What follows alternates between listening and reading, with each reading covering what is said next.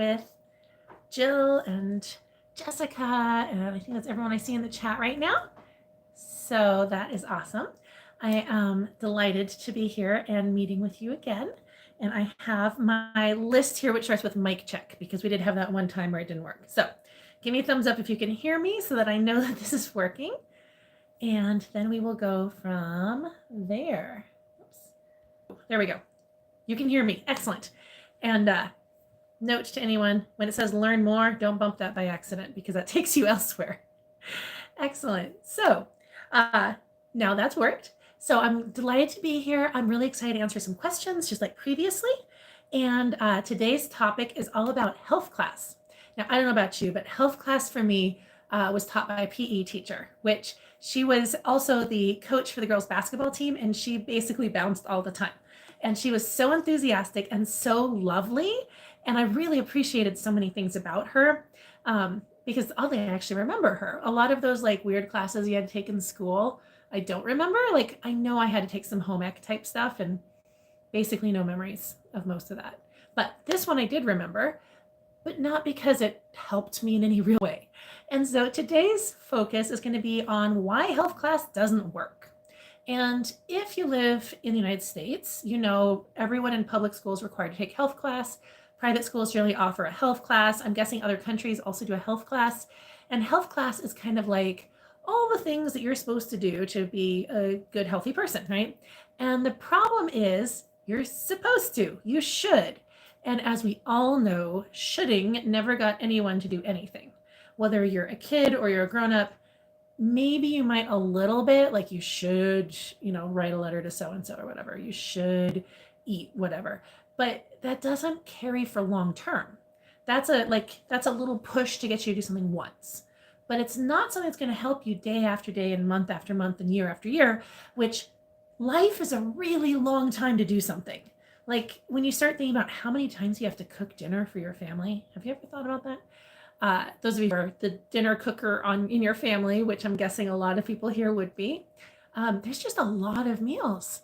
And then people have to people eat it and then you have to do it again and again and again and again.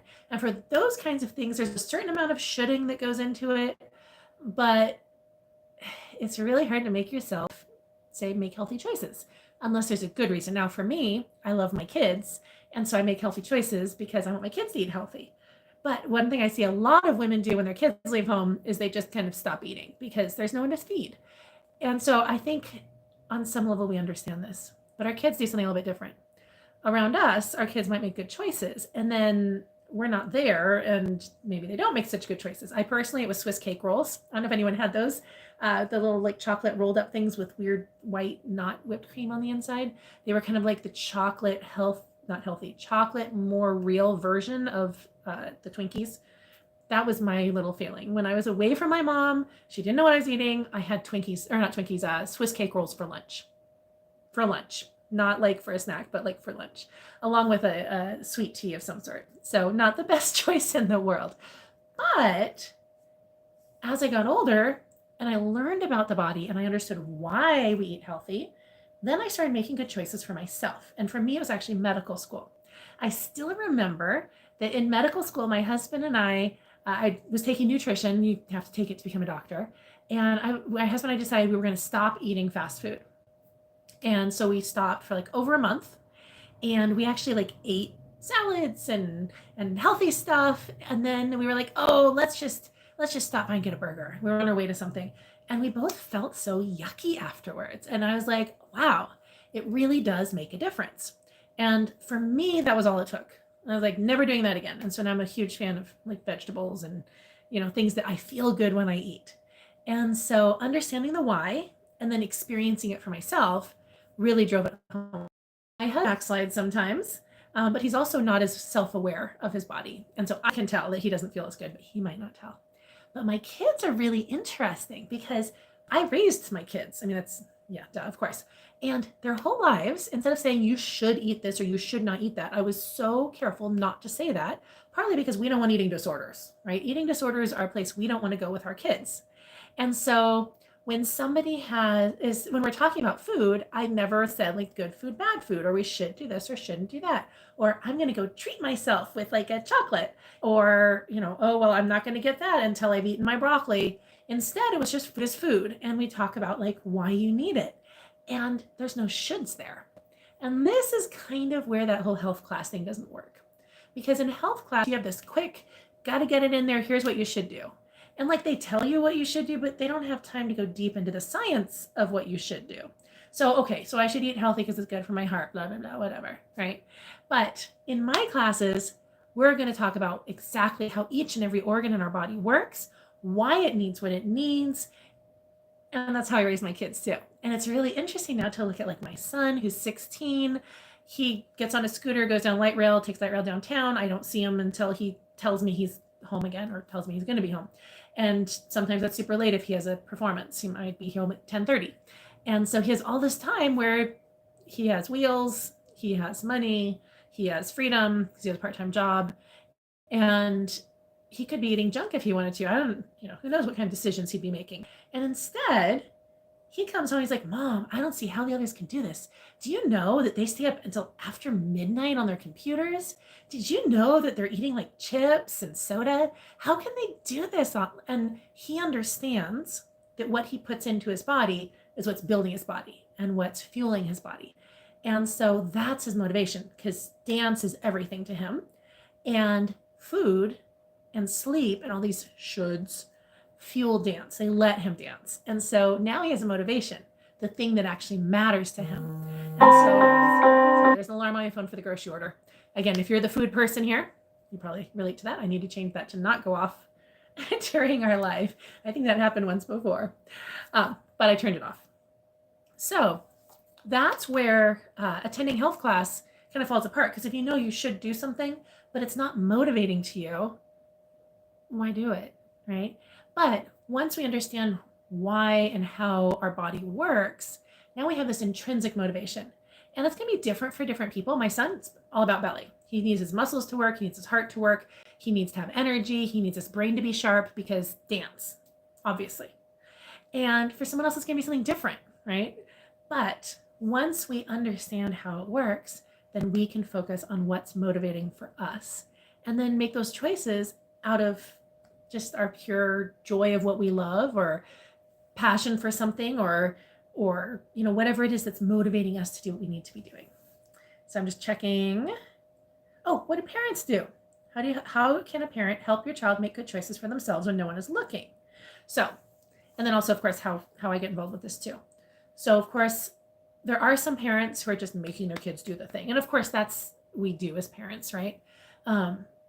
But that's not going to work forever, right? One of my cousins, when she went off to college, all of a sudden she had never been allowed screen time. Like she'd never been allowed to watch like Netflix and stuff like that. Like she had a little bit of screen time, but not like Netflix. And she discovered Netflix, and she almost dropped out of college. And she had always eaten, my mom always says that my aunt feeds them roots and nuts and bark and things, like healthy food. And she discovered junk food and went nuts, right? And that's what happens if, and I'm not saying my aunt should have like let her do all that stuff. Of course, we don't want people like ruining their lives at 12 with Netflix.